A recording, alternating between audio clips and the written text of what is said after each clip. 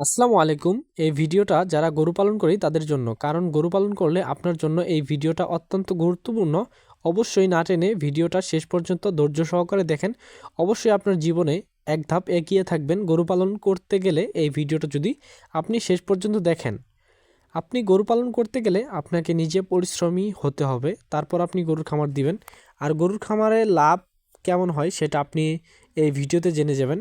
আমি আগে ষাঁড় গরু পালন করতাম, এখন ষাঁড় গরুর শেড বাদ দিয়ে আমি কিন্তু বিদেশি গরু নিয়ে নিয়েছি আমার ঘরে। আমার দুইটা শেড আছে, দুইটা শেডেই আমি বিদেশি গরু পালন করি এবং নিজের অনেক পরিশ্রম করতে হয়, কারণ লোক দিয়ে কিন্তু গরুর কাজগুলো হয় না। আপনি যেভাবে যত্ন করবেন সেভাবে কিন্তু অন্য মানুষ এসে, আপনার কর্মচারী এসে সেইভাবে যত্ন করবে না। আমার সাথে আমার সহায়তা করে আমার বাবা, আমি আর আমার বাবা মিলে এই খামারটা দেখাশোনা করি।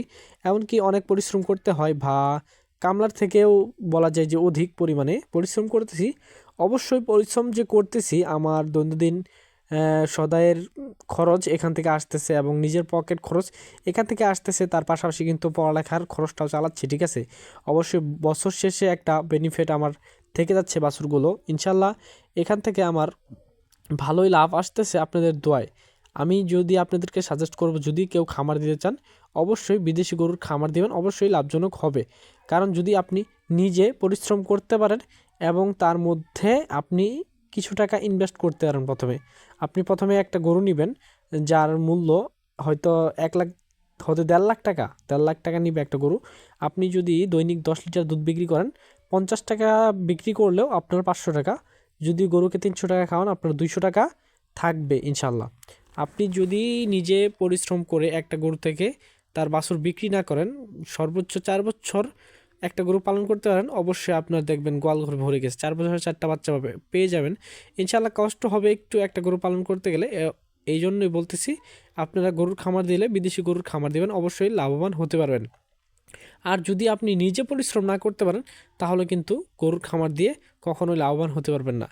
আমি একটা গরু দিয়ে শুরু করেছিলাম, বিদেশি গরু। সবাই বলে যে হ্যান হবে ত্যান হবে, ভাইয়া রিক্স আছে, বিদেশি গরু নিও না, অনেক রোগবালাই থাকে। কিন্তু অবশ্যই ভাইয়া, আপনি যদি যত্ন এবং পরিষ্কারের সহিত রাখতে পারেন না, কখনোই রোগবালাই হবে না। রোগবালাই হতেই পারে, রিক্স জীবনে নিতেই হবে, ঠিক আছে। হয়তো বা প্রথমে আপনি ইনভেস্ট করবেন 1 হতে 1.5 লাখ টাকা ইনভেস্ট করে, আপনি 4 বছর খাটেন, দেখবেন আপনি পরবর্তী আপনি জীবনেও চাইবেন না যে বিদেশি গরু আমার বাড়ি থেকে চলে যাক। আপনি চাইবেন যে আরও গরু কীভাবে বাড়ানো যায় সেই চিন্তাই করবেন, ঠিক আছে। আমি যখন থেকে একটা গরু নিয়েছি তখন থেকে কিন্তু এই গরুগুলো পালন করতেছি। অবশ্যই তোমাদেরকে সাজেস্ট করব যে পড়ালেখার পাশাপাশি গরু পালন করো, অবশ্যই ভালো একটা কিছু করতে পারবা। শুধু চাকরির পিছনে দৌড়াচ্ছে কেন? চাকরি তো বেতনভুক্তকারী চাকরি, আপনার টাইম মতন যেতে হবে, কিন্তু এটা আপনার যখন মন চায় তখন আপনি করতে পারবেন, ঠিক আছে। একবার যদি গরুর খামারটা দাঁড় করতে পারেন অবশ্যই দেখবেন লাভবান হয়ে গেছেন, ঠিক আছে। আপনার লাইফ নিয়ে কোনো চিন্তা থাকবে না। আমি পড়ালেখার পাশাপাশি আমার এখন যদি পড়ালেখা করতেছি, আমার যদি চাকরি নাও হয় তাও আমি আলহামদুলিল্লাহ, কারণ আমার এমনভাবে খামারটা দাঁড় করিয়ে ফেলেছি, ইনশাল্লাহ এখান থেকে আমার ফ্যামিলি একটা চলানো সম্ভব, ঠিক আছে। একটা ফ্যামিলি রাজার হালে চলাতে পারবো, ঠিক আছে। অবশ্যই দুধ বিক্রি করে সংসারটা মোটামুটি চলে যাবে, পাশাপাশি কৃষিকাজ করি। আবার মনে করো বছর শেষে আমার একটা অ্যামাউন্ট থেকে যায় বাছুরে, বুঝতে পারছো। এই জন্যই তোমাদেরকে সাজেস্ট করব যে তোমরা গরুর খামার দিলে বিদেশি গরুর খামার দাও, অবশ্যই অবশ্যই লাভবান হতে পারবা। বিদেশি গরুর খামার দিতে গেলে কিন্তু কিছু নিয়ম কানুন মানতে হবে। সেই নিয়ম কানুনগুলো হলো, যদি তুমি বিদেশি গরু পালন করো তার মধ্যে কিছু আপনার আগেই জানতে হবে, যেমন গরুর দুধ দোয়ানো এবং গরুর জ্বর আসছে কি না, এগুলো ভালো করে চেক করতে হবে। রাতে শোয়ার আগে গরুগুলো দেখতে হবে যে সুস্থ আছে কি না, জাগর কাটতেছে কি না, তাদের খাওয়া দাওয়া ঠিক হচ্ছে কি না, তাদের কতটুকু পানি দরকার, এগুলো একটু আইডিয়া নিতে হবে।